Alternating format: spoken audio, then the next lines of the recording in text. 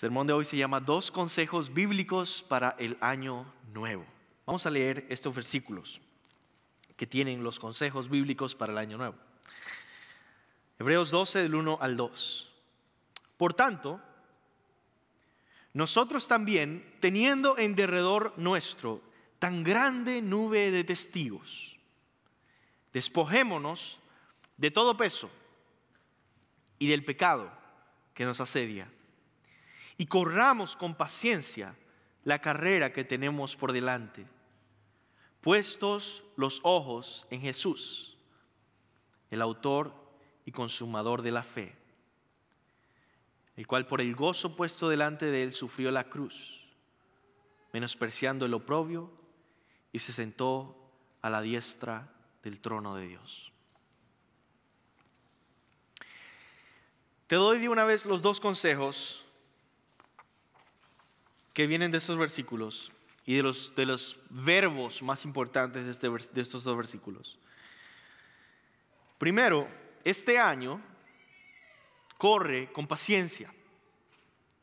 Este año corre con paciencia. Y segundo, este año mantente enfocado en Jesús. Este año corre con paciencia y este año mantente enfocado en Jesús.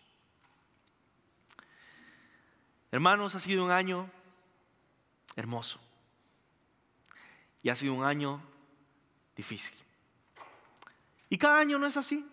Tiene sus cosas bonitas, tiene sus cosas que disfrutamos y tiene sus dificultades.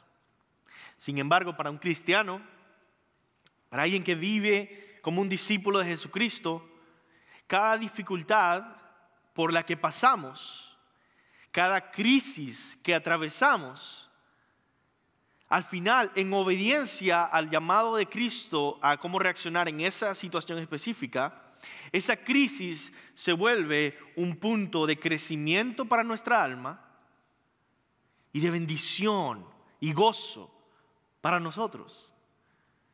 Se vuelve un testimonio de la fidelidad de Dios para con nosotros. Así que, si has podido imperfectamente seguir al Señor fielmente este año, ha sido un hermoso año. Y como iglesia ha sido un hermoso año. Hemos podido cantar juntos. Hemos podido estudiar la palabra juntos. Hemos podido profundizar tanto en el Antiguo Testamento. Hemos podido ayunar juntos, leer la Biblia,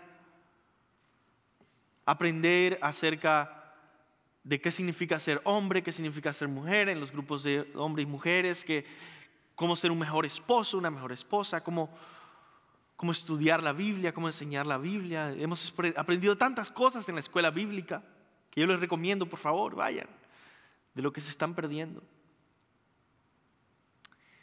Hemos podido servir al Señor de tantas formas y por eso le agradecemos al Señor.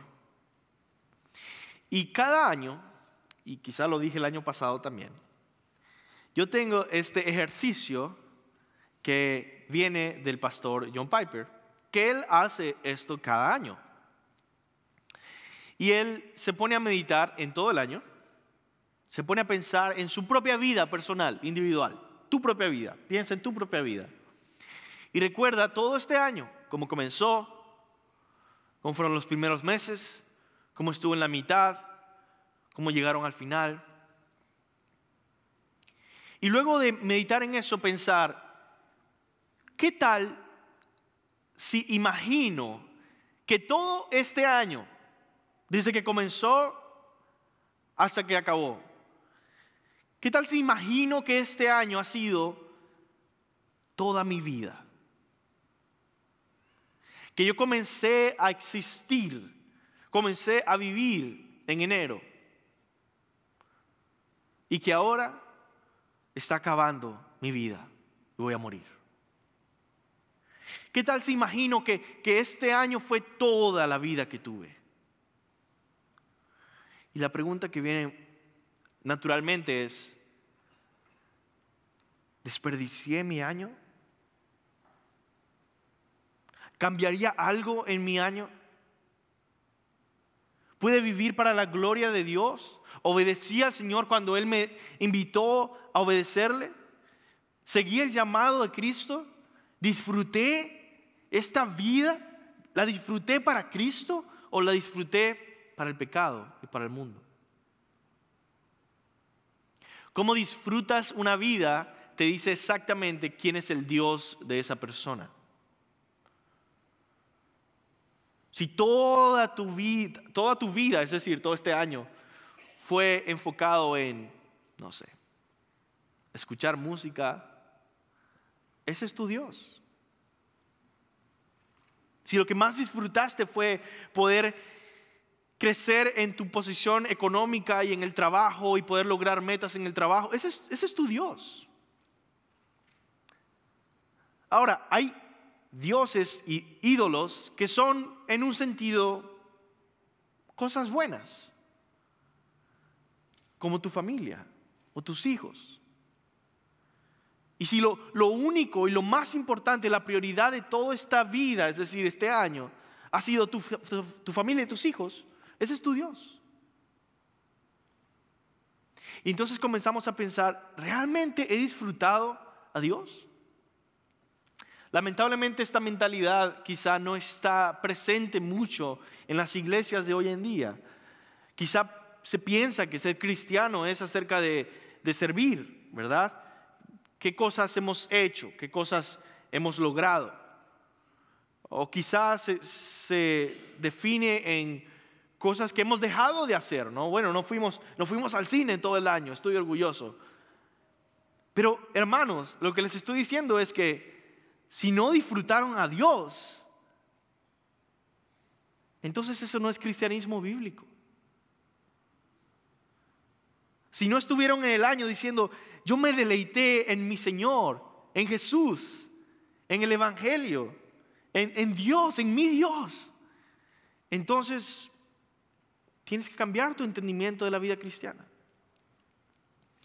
Es bueno este ejercicio de pensar cada año, cada fin de año, en pensar que todo ese año fue una vida entera. Porque después recordamos que solamente estaba imaginándolo, tenemos otro año con el favor de Dios y puedo comenzar a vivir toda una vida como debo vivirla. Hay esperanza. El Señor me da otro año. Y para eso nosotros tenemos que enfocarnos. Y enfocarnos bíblicamente. Por eso yo quería acercarnos a estos versículos que claramente nos dan una visión para dirigirnos este año. Déjame darte el contexto en la carta a los Hebreos. Leímos al principio del servicio Hebreos 11. La carta a los Hebreos fue escrita para animar a estos creyentes, se llama hebreos porque eran judíos probablemente, a estos creyentes que eran judíos cristianos, que estaban teniendo tantos problemas y dificultades, que el escritor veía que tenían el peligro de desviarse de Cristo, de desviarse del Evangelio, de desviarse de la fidelidad a Dios. Y él escribe advertencias, escribe ánimos, escribe cómo exalta a Jesucristo y escribe estos ejemplos de fe. Él anima por tantos medios a estos creyentes a no caer de la fe, a no desviarse de su camino, porque las dificultades podían desanimarles. Ahora, estas dificultades que ellos tenían eran dificultades muy parecidas a las tuyas y otras no tanto. Pero eran dificultades familiares, por ejemplo. Y tenían dificultades y problemas con sus familias. Y eso creaba una presión. Habían dificultades económicas solamente por ser cristiano. Y eso creaba una presión. Habían dificultades en manejar el tiempo. Porque ¿cuánto tiempo tenías que invertir para seguir a Cristo? Y eso tenía, por supuesto, un riesgo de decir, ¿vale la pena realmente? ¿O puedo acomodar mi cristianismo a algo diferente? Habían dificultades con los judíos. Ellos eran judíos, tenían muchas dificultades con otros judíos que negaban las verdades esenciales cristianas. Tenían dificultades con otras religiones paganas y dificultades con explicar su propia fe. Por ejemplo, el asunto de Melquisedec, que se habla aquí en Hebreos. Dificultades de todo tipo. Y en medio de tantas dificultades, la peor era la dificultad de tener que sufrir por el simple hecho de ser cristiano, quizá morir. Y por eso algunos dicen que fue Pablo el que escribió esta carta, no se sabe con exactitud. Pero el escritor de esta carta dice: te voy a mostrar una lista de gente como tú, de hombres, de mujeres, de gente con reputación, de gente humillada, de gente que fue grandemente recompensada y de gente que sufrió como un mártir. Te voy a dar un ejemplo grande, una lista en Hebreos capítulo 11 de personas como tú que han vivido la vida de la fe, han corrido la carrera de la fe y han terminado. Imperfectamente, sí, claro que sí. En cada uno de ellos menciona a Sansón, por ejemplo, o menciona a Abraham, menciona a personas que fallaron. Pero siguieron, continuaron, perseveraron en el camino de la fe. Sansón terminó creyendo en el Señor y muriendo con fe. Y luego llegamos a nuestra gran conclusión de toda esta lista. ¿Quién es el mayor ejemplo de perseverancia y fe hasta el fin en medio del sufrimiento? Jesucristo. Y por eso Él termina diciendo en esta lista, versículo 1 y 2 de capítulo 12. Por tanto, nosotros también, ahora, te toca a ti. Es como que ve toda esta lista. Ahora, tú también, teniendo en derredor nuestro tan grande nube de testigos, despojémonos de todo peso y del pecado que nos asedia y corramos con paciencia la carrera que tenemos por delante. Es decir, ellos lo hicieron, a nosotros también nos toca correr esta carrera. Versículo 2, puestos los ojos en Jesús, el autor y consumador de la fe, el cual por el gozo puesto delante de él sufrió la cruz, menospreciando el oprobio, y se sentó a la diestra del trono de Dios. Vamos a examinar primero el primer versículo y después el segundo versículo. El primer versículo: este año corre con paciencia. Si tú lees bien ese versículo, el verbo, la acción, el enfoque principal está al final de ese versículo, cuando dice: corramos con paciencia la carrera que tenemos por delante. Y todo lo demás que viene al principio modifica a eso. Entonces eso es lo que vamos a ver. Hay 3 cosas que yo quiero que recuerdes para correr este año con paciencia, que está aquí en este texto. Primero, recuerda que no estás corriendo solo. Ahora, la palabra paciencia ahí habla de esta perseverancia, de seguir adelante, de que tú no dejes que el desánimo te gane, pero sigue corriendo esta carrera de la fe. Y mi hermano, quizá tú has visto este año un fruto, un pequeño destello de lo que produce el vivir la vida cristiana. Quizás has visto victorias en tu propia vida de decir: yo he vivido algunos momentos de fe este año y he visto el resultado en mi propia vida y en mi familia, quizá. Y el ánimo aquí es: persevera con paciencia, sigue adelante en esta carrera. Y para ayudarte a eso, recuerda que no estás corriendo solo. Aquí él menciona en este versículo que hay una tan grande nube de testigos a nuestro alrededor. Entonces, lo que tiene en mente aquí Pablo es, en la cultura griega antigua, tenía esta carrera que había, en el que había una multitud de personas, igual que el día de hoy, y estaban animando a los corredores. Ahora, esta multitud, Porque recuerden que esto es una metáfora para hablar de algo espiritual. Esta multitud en esta carrera que no es física, es espiritual. En este camino de la fe cristiana hasta el fin, tenemos una multitud de testigos. La palabra testigo ahí es la palabra de donde viene la palabra mártir. Mártir. Un mártir es aquella persona que voluntariamente prefirió la muerte antes de que negar su fe. Es la persona que voluntariamente prefirió la muerte antes que negar su fe. Y le dicen, niega tu fe o te vamos a matar. Y dice, no puedo negar mi fe. Y lo matan. Es un mártir.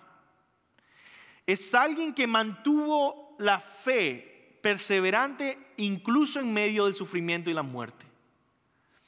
Tenemos una nube tan grande de testigos, de mártires. Ahora, no todos, por eso dice testigos y no mártires, porque no todos murieron así. Abraham no fue así y muchos otros no fueron así. Pero muchos sí. Si tú lees después y continúas, por ejemplo, Hebreos 11:36, aquí lo tengo en mi Biblia.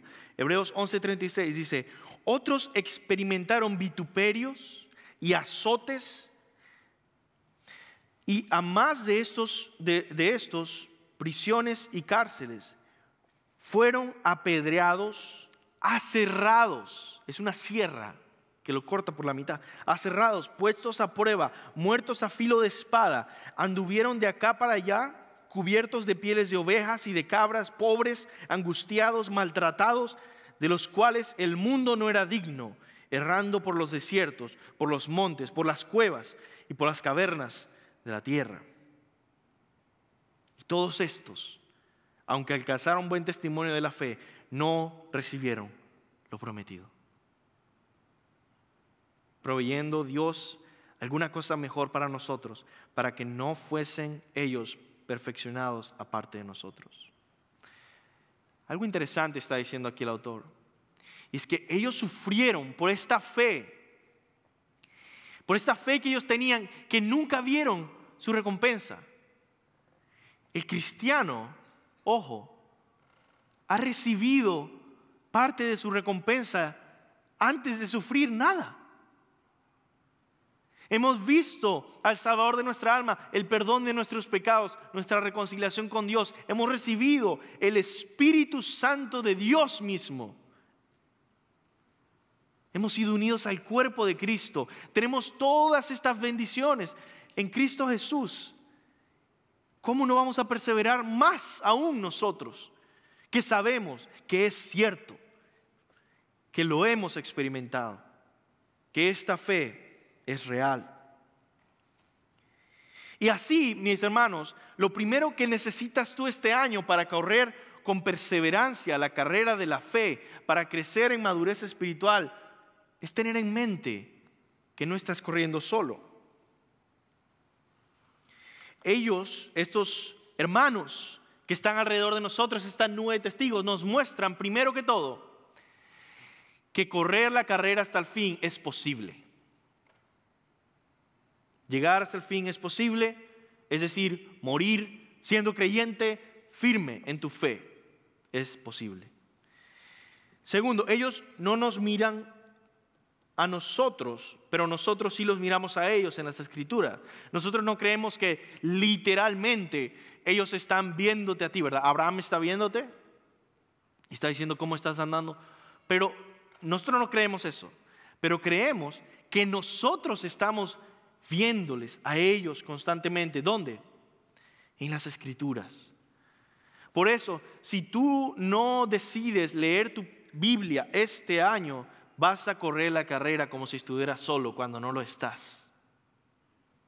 Una de las experiencias que yo tuve que me cambiaron más en mi vida cristiana, el primer año de cristiano, fue el día en el que descubrí por fin que existe una historia del cristianismo. ¡Wow! Yo dije, esto no lo he podido creer. Realmente tú y yo fácilmente podemos saber con detalle quiénes fueron nuestras familias espirituales, nuestros hermanos, hace 10 años, hace 40 años, hace 100 años, hace 500 años, hace 1000 años, hace 2000 años. Hay gente que podemos saber, leer sus escritos, que fueron discípulos del apóstol Juan. Y tú y yo tenemos acceso a esta historia del cristianismo. Es increíble. Quizá me asombró mucho a mí porque yo no tengo ningún tipo de historia familiar física.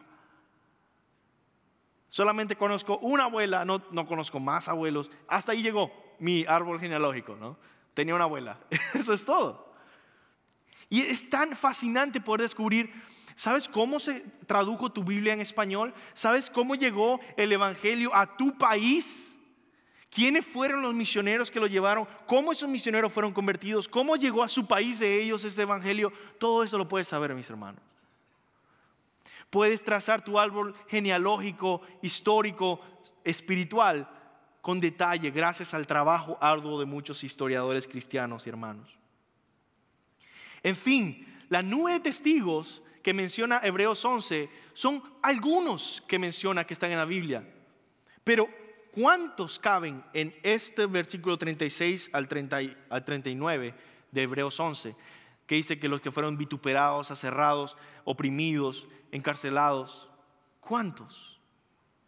Miles y miles y millones de cristianos. Por cierto, mis hermanos, ¿ustedes creen que la persecución de los cristianos fue algo del pasado? Déjame aclarar algo. Nunca ha habido un tiempo en la historia del cristianismo en el que no haya habido persecución, y cuando digo persecución es de encarcelar y matar cristianos por ser cristianos.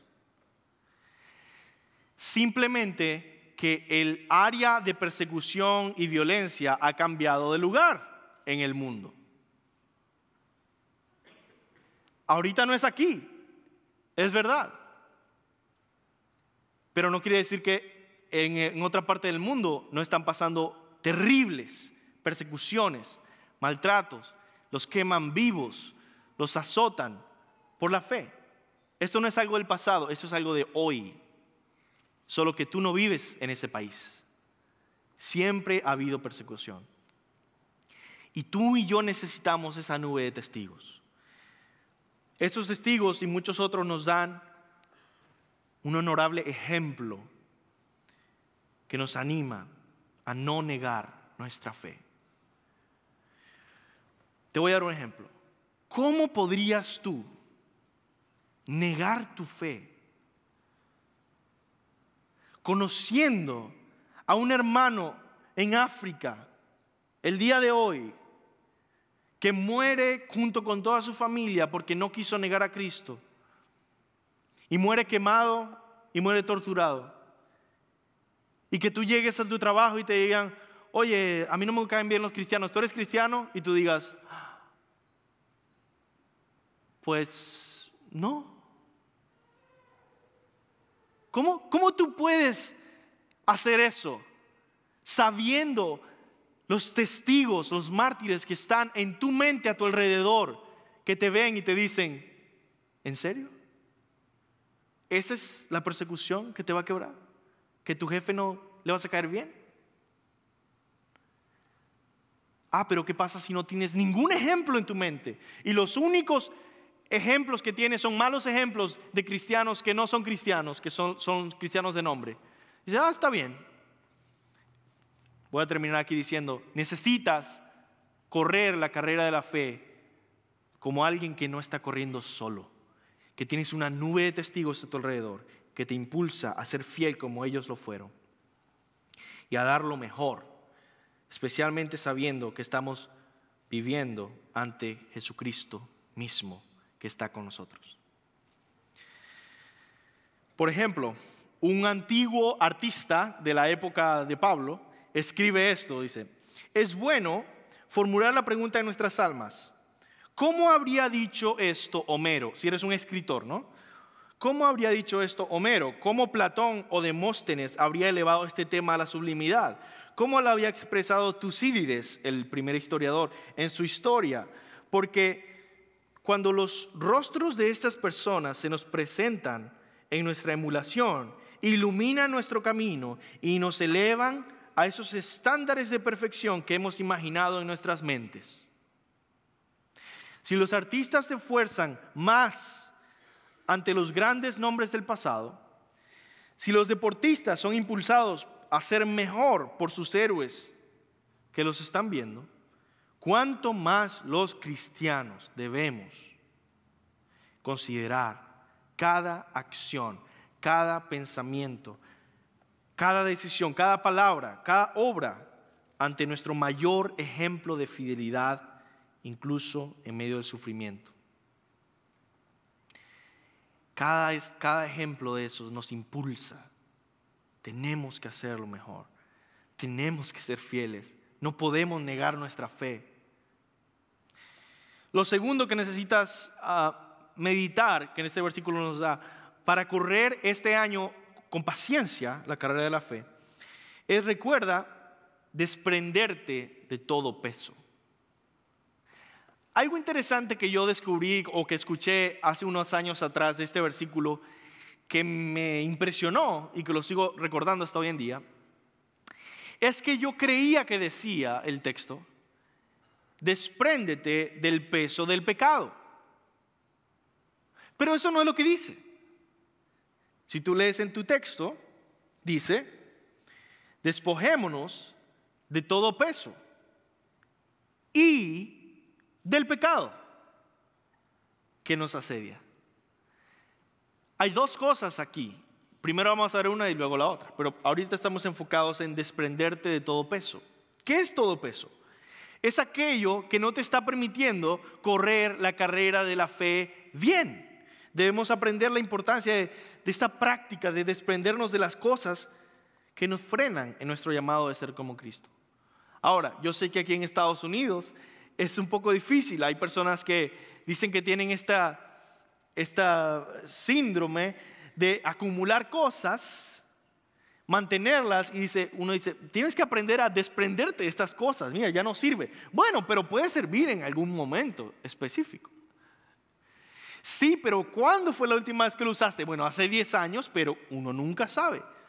Y dice, sí, pero es que la casa está llena de cosas. Sí, pero tenemos que aprender a desprendernos de cosas. Ahora, así como en la vida física, así como cristianos en nuestra vida espiritual, debemos nosotros aprender a desprendernos de todo peso. Y eso es un recordatorio de vida o muerte. Al no recordar esto, los antiguos israelitas desearon regresar a Egipto después de que habían ido al desierto, porque no se habían desprendido del peso espiritual de querer esos placeres diminutos, minúsculos y miserables placeres que podían encontrar en Egipto, que eran pecaminosos. No podían correr la carrera de la fe con tal peso en sus espaldas y querían regresarse a Egipto. Se les olvidó quitarse el peso. Se les olvidó abandonar realmente a Egipto en sus corazones. Abandona el afán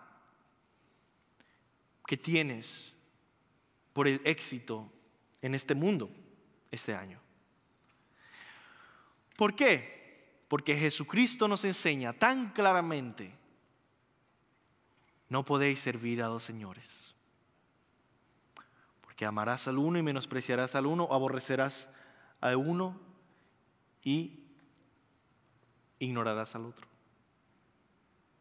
No podéis servir a Dios y a las riquezas.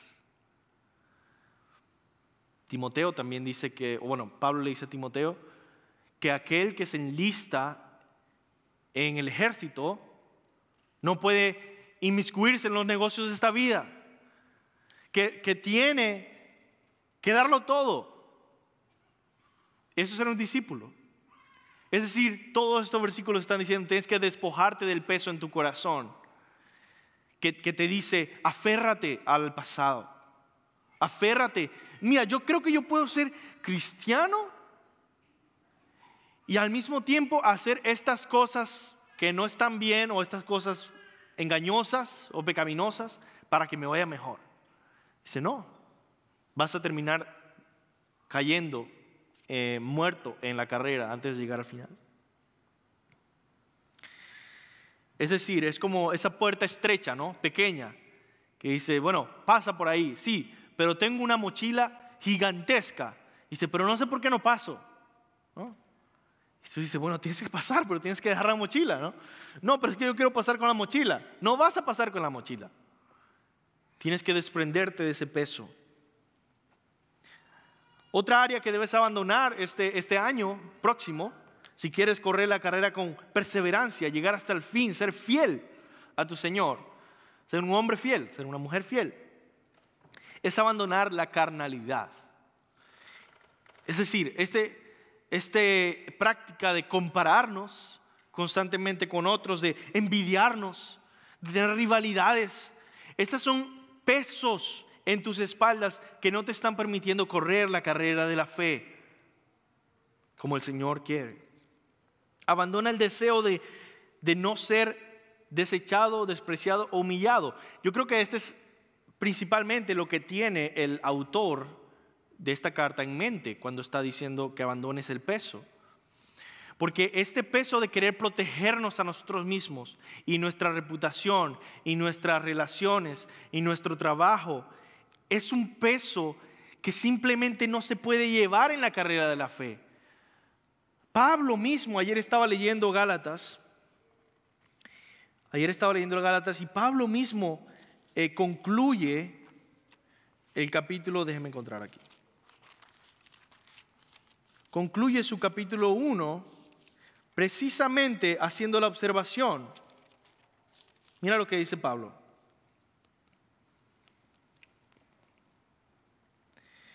Pues busco ahora el favor de los hombres o el de Dios.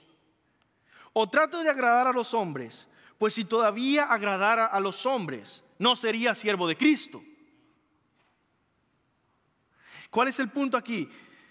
No puedes, Pablo dice, es absurdo, no puedes vivir para agradar a los hombres y vivir como un siervo de Cristo. Jesús mismo nos dijo, ningún discípulo es mayor que su maestro. A mí me persiguieron, a ustedes lo van a perseguir. El mundo ama a los suyos, dice. Por lo tanto, si quieres correr la carrera de la fe con paciencia, con perseverancia, tienes que abandonar el peso de querer tener una reputación exitosa ante el mundo. Espera ser despreciado al vivir como Cristo, quien fue crucificado. Ahora, yo estoy diciendo que es imposible que un cristiano tenga un buen renombre en la sociedad. No, yo no estoy diciendo eso. Pero si esa es tu expectativa, es un peso que no debes llevar. Billy Graham terminó con una excelente reputación en toda la sociedad que no es cristiana. Es un buen ejemplo de una excepción. Sin embargo, ese no era su propósito. Y si tu propósito es llegar a tener el renombre en la sociedad, estás viviendo para el mundo. Si Dios quiere usarte de esa manera, gloria a Dios, pero no creo que vaya a pasar.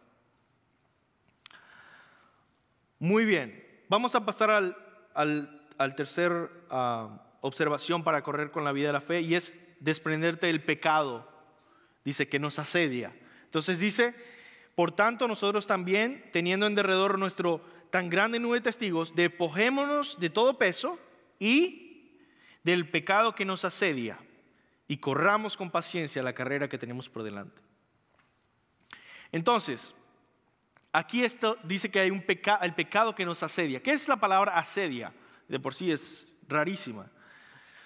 Bueno, asedia quiere decir el pecado que nos acosa, que nos enreda.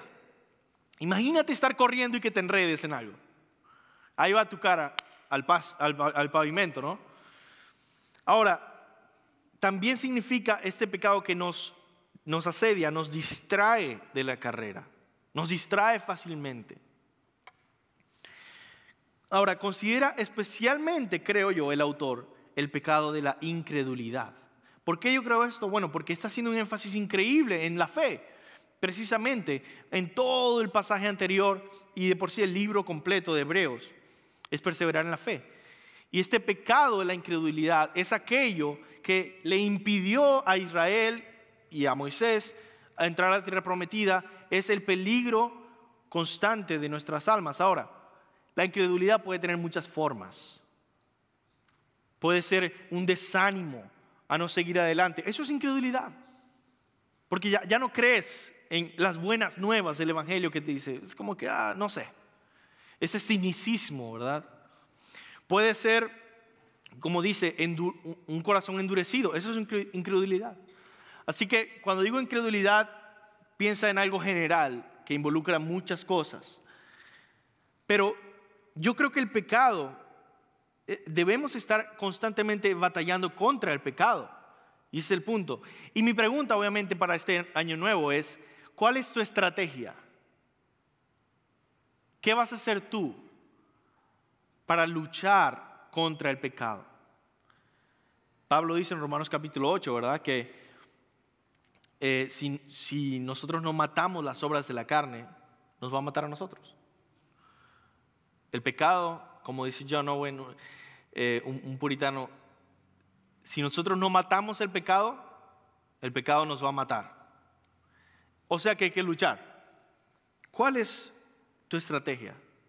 Bueno, yo quiero ayudarte un poquito rápido a tratar de luchar este año contra el pecado. Primero, reconoce y examina tu vida a ver dónde hay carnalidad en tu vida.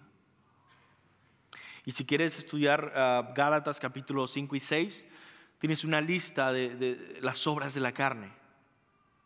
Examina tu vida constantemente a ver dónde hay carnalidad, dónde hay impaciencia. Y impaciencia se puede ver muchas formas. Si no dejas a una persona hablar y constantemente estás interrumpiendo, no puedes escuchar, te sientes mal escuchando, eres impaciente. Tienes fruto de la carne por todos lados. Si eres una persona que se endurece y tiene una raíz de amargura contra alguien y la sostiene, estás en carnalidad. Examina tu propia vida y descubre estas áreas. Y entonces deja que también otros hablen a tu vida sobre tu pecado. Deja que la palabra de Dios hable de tu vida. Y ojo, este es el punto clave. Mira, la Biblia la verdad, tiene un mensaje muy sencillo. Y el mensaje se puede resumir en: arrepiéntanse y crean en el Señor Jesucristo. Y es importante ver las grandes implicaciones que esto tiene. ¿Cómo luchar contra el pecado este próximo año? Bueno, descúbrelo, examina tu vida, descúbrelo, deja que la palabra hable de tu vida. Arrepiéntete del pecado y cree en el Evangelio. ¿Qué significa arrepentirse del pecado? Bueno, no solamente es reconocer que esto es pecado, y no solamente es dolerte porque se pasó esta situación, sino es tomar una acción decisiva para moverte y dejarlo atrás. Eso es arrepentirte. Si no te mueves y lo dejas atrás, no te has arrepentido. Estás quizá triste, quizá dolido, pero no te has arrepentido. Pero si lo dejas atrás, te has arrepentido.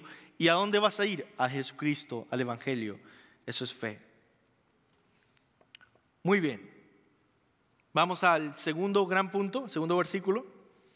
Y es el segundo consejo bíblico. Entonces, el primer consejo bíblico es que este año corre con paciencia, dice nuestro versículo, hablando de ese correr con perseverancia, a seguir adelante en la vida cristiana. Y el segundo, yo creo, es la clave de cómo hacerlo de una forma real. Este año, mantente enfocado en Jesús. Este año, mantente enfocado en Jesús. Dice el versículo: puesto los ojos en Jesús, el autor y consumador de la fe, el cual por el gozo puesto delante de él sufrió la cruz, menospreciando el oprobio, y se sentó a la diestra del trono de Dios.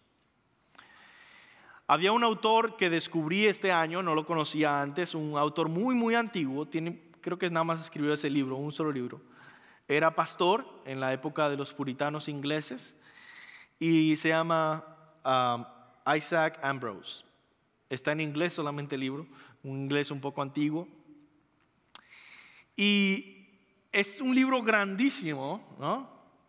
Que compré y estaba leyendo y me pareció tan interesante que él cuenta, primero, antes de comenzar el libro, cuenta su historia de cómo es que se inspiró él para escribir este libro. El libro se llama Puesto los ojos en Jesús. En la versión de King James que se llama Look unto Jesus, ¿verdad? Pero puestos los ojos en Jesús. Y él dice, estaba experimentando esta enfermedad que yo creía que me iba a matar. Estaba ya a punto de morir, estaba en cama, estaba con fiebre, estaba moribundo. Y yo era pastor, dice él. Y me ponía a pensar y decía, ¿por qué? ¿Por qué estoy tan mal emocionalmente? ¿Por qué no estoy tomando bien esta enfermedad? O la muerte incluso misma, ¿no? Y entonces me fui a refugiar en la palabra de Dios, en meditar y decir, ¿qué voy a hacer si hoy me muero? ¿No? ¿Dónde voy a encontrar consuelo para seguir este dolor y esta enfermedad hasta la muerte? Voy a meditar en Jesús, dice. Voy a enfocarme solamente en Jesús. Voy a ver los pasajes que hablan de Jesús, del Evangelio, de su salvación. Quiero enfocarme en Jesús para encontrar el consuelo.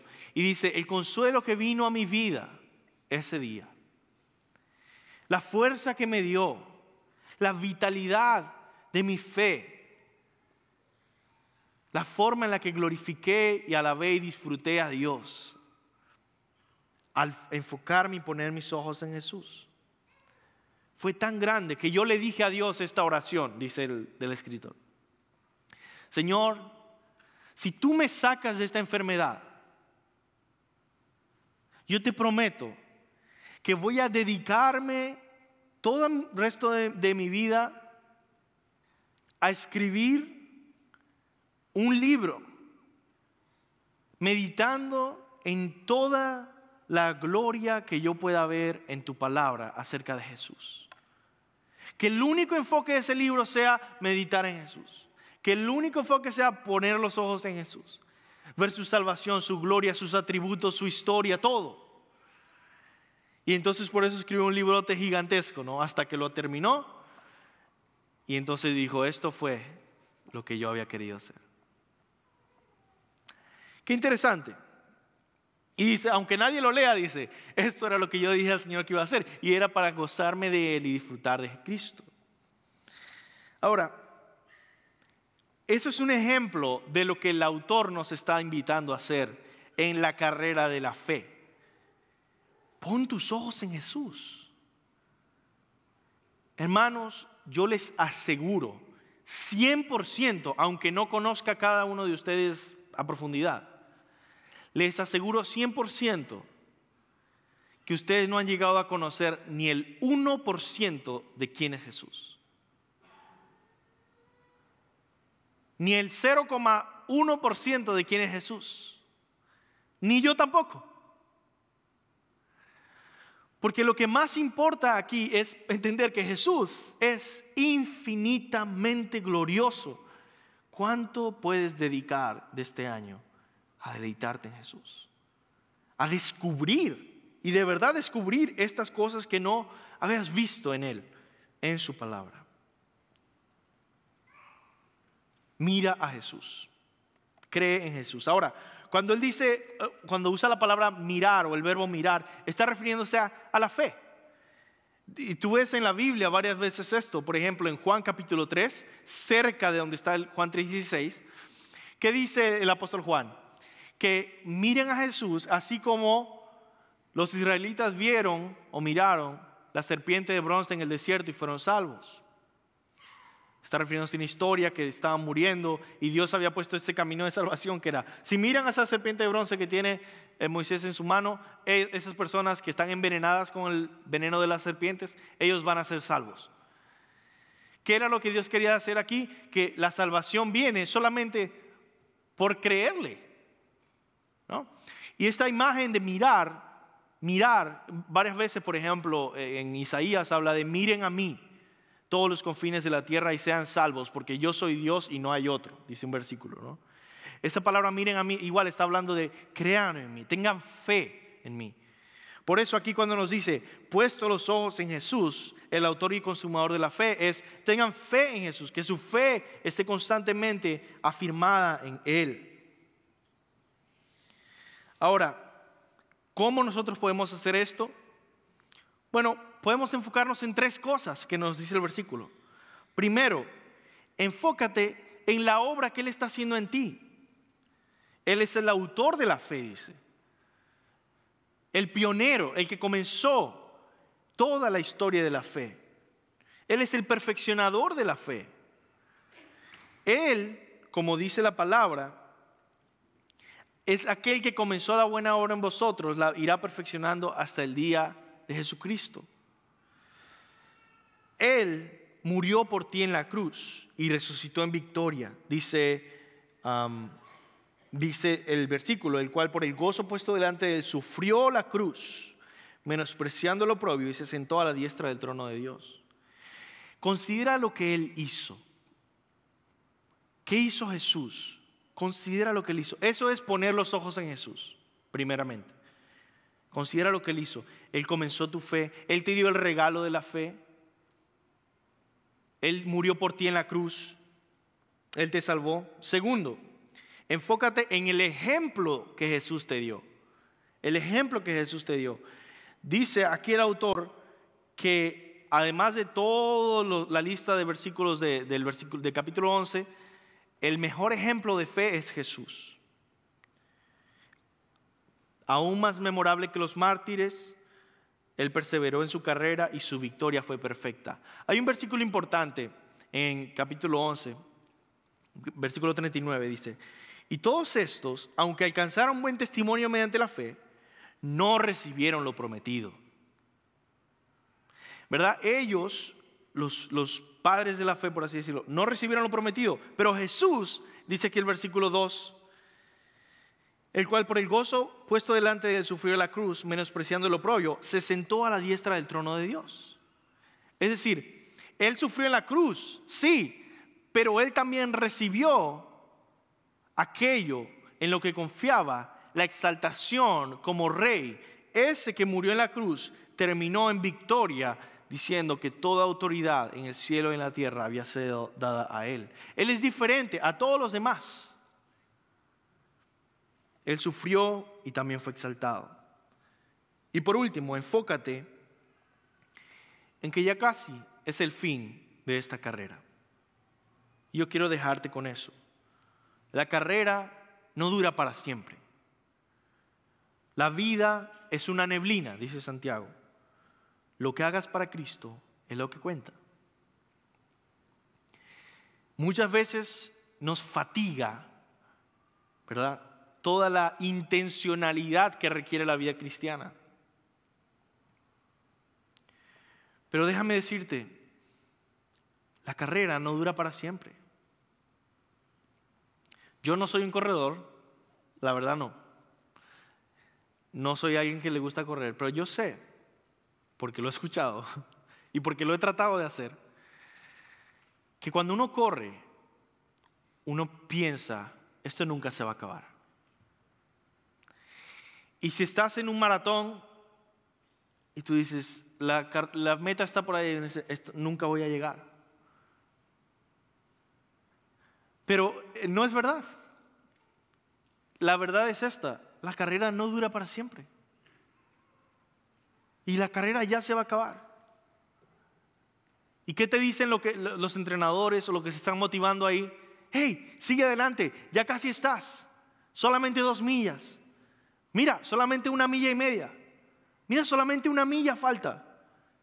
Y de donde no sabía sale fuerza suficiente para acabar la carrera. Y ese es el punto, mis hermanos. Que sí, quizás es difícil seguir adelante. Es difícil hacer lo que la Biblia me dice que haga.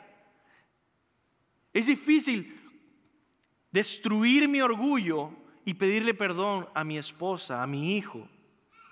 Es difícil pedirle perdón a mi padre. Es difícil perdonar a alguien que nos ha herido. Es difícil servir. Es difícil levantarse temprano para llegar a tiempo a la iglesia. Es difícil hacer muchas cosas. Pero yo quiero que recuerdes, la carrera casi se acaba. Ya casi vas a obtener el premio. Ya casi Jesucristo va a estar ahí para decir: buen siervo fiel, en lo poco fuiste fiel, en lo mucho te pondré. O te dirá el otro lado, que no es bonito. Jesús dice: malditos al fuego eterno preparado para el diablo y sus ángeles. Quizás hay una forma extraordinaria en la que Dios quiere usar tu vida este año. Prepara tu carácter, prepara tu mente y tu corazón para la misión que Dios tiene para ti este año. Sé una persona que sabe correr con paciencia la carrera de la fe y que sabe lo que es permanecer enfocado en Jesús, recibiendo de su vida espiritual.